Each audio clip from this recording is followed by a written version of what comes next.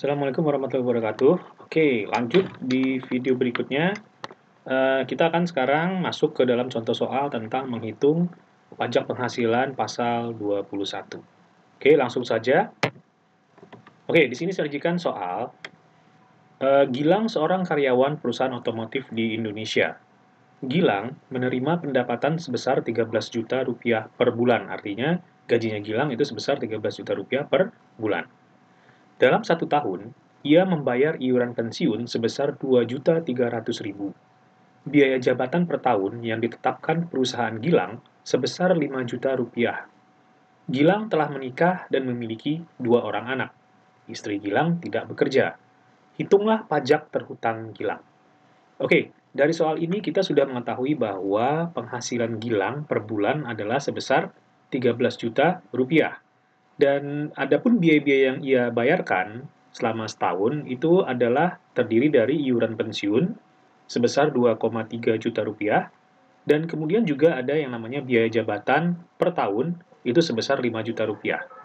Untuk kategori PTKP-nya atau penghasilan tidak kena pajaknya, Gilang kita lihat telah menikah dan memiliki 2 orang anak. Namun istri Gilang tidak bekerja, artinya penghasilan Gilang itu adalah kategorinya K, kemudian garis miring 2. Ya, artinya K itu telah menikah atau kawin, kemudian 2 itu adalah dia memiliki 2 orang tanggungan, yaitu 2 orang anak. Dan istrinya tidak bekerja sehingga kita tidak perlu menambahkan I di situ ya. Jadi PTKP-nya adalah K2.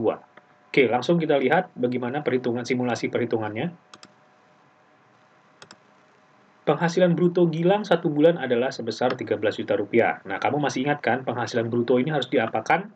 Ya, disetahunkan. Jadi artinya 13 juta dikali 12 itu menjadi 156 juta rupiah.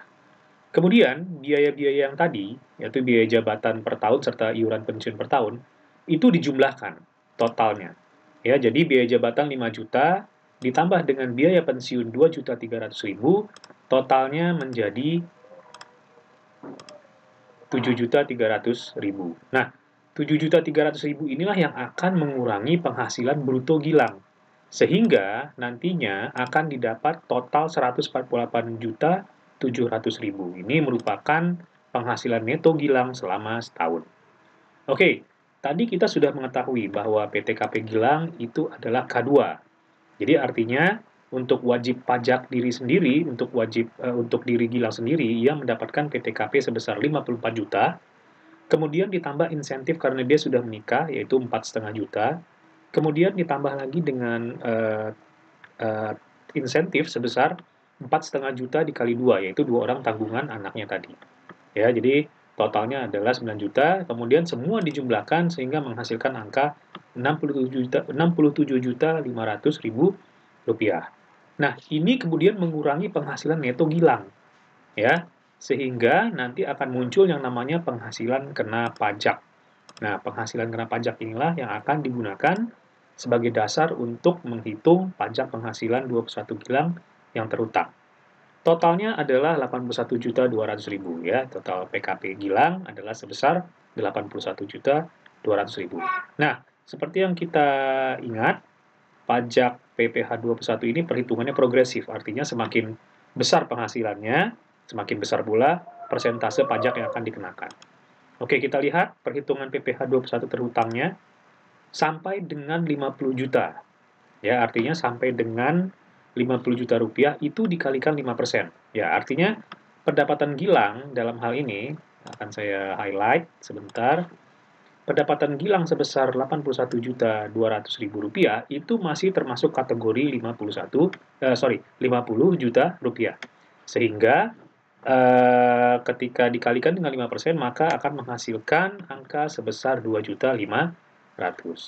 Nah, berikutnya kita kalikan dengan lapis berikutnya, yaitu tarif berikutnya 15% sebesar 31.200.000 rupiah, sehingga menghasilkan angka 4.680.000 rupiah. Nah, mungkin kalian bertanya, itu 31 juta dari mana? Kok bisa muncul angka 31 juta?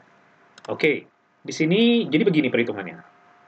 Dari angka 81.200.000 seperti yang saya bilang tadi, sudah diambil sebesar 50 juta untuk tarif pertama 5%, kategorinya masih masuk range-nya.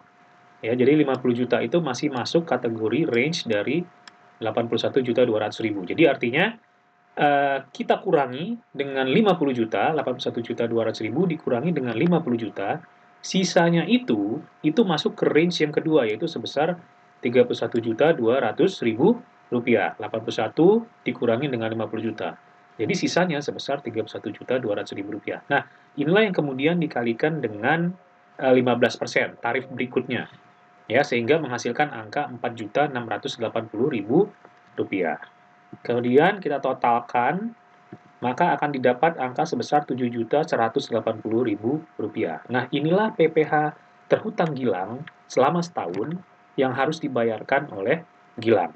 Jika kamu ingin mencari per bulan berapa, kamu tinggal membagi angka ini dengan 12, ya. Oke, mungkin ada yang bertanya, seandainya kalau misalnya seandainya di sini angkanya misalnya 400 juta misalnya, itu gimana perhitungannya? Tetap dari 400 juta yang di sini, angka yang di sini yang dikalikan itu tetap sebesar 50 juta dikali dengan 5%, sehingga hasilnya tetap selalu 2.500.000. Nah, dari 400 juta ini kita kurangi yang sudah dikenakan pajak 50 juta. Jadi sisanya tinggal 350 juta. Nah, range yang kedua, itu kan 350 juta masih masuk nggak? Range yang kedua masih ingat nggak berapa? Yaitu antara 50 sampai dengan 200 juta. Berarti dari 350 juta, kita masukkan yang 200 juta di sini. Ya, yaitu sebesar dikali dengan 15%. Nah, nanti dapatnya berapa? Tinggal ditaruh di sini. Kemudian berikutnya setelah 200 juta, sisanya tinggal 150 juta. Nah, itu yang dimasukkan ke tarif yang berikutnya, yaitu sebesar 25% ya, kalau nggak salah saya. Nah, itu baru dikalikan dengan 4 juta, baru dikalikan dengan tarif berikutnya, itu sebesar 25%. Ya, jadi artinya ini perhitungannya berlapis. Ya, jadi mungkin sedikit membingungkan awalnya, tapi kalau kamu terus latihan, insya Allah nanti akan semakin paham cara pengerjaan seperti apa. Oke, nah mudah-mudahan video ini bisa membantu untuk mengerjakan soal-soal hitungan pajak penghasilan di ujian nanti, ya. Oke, terima kasih atas perhatiannya. Sampai ketemu di video berikutnya.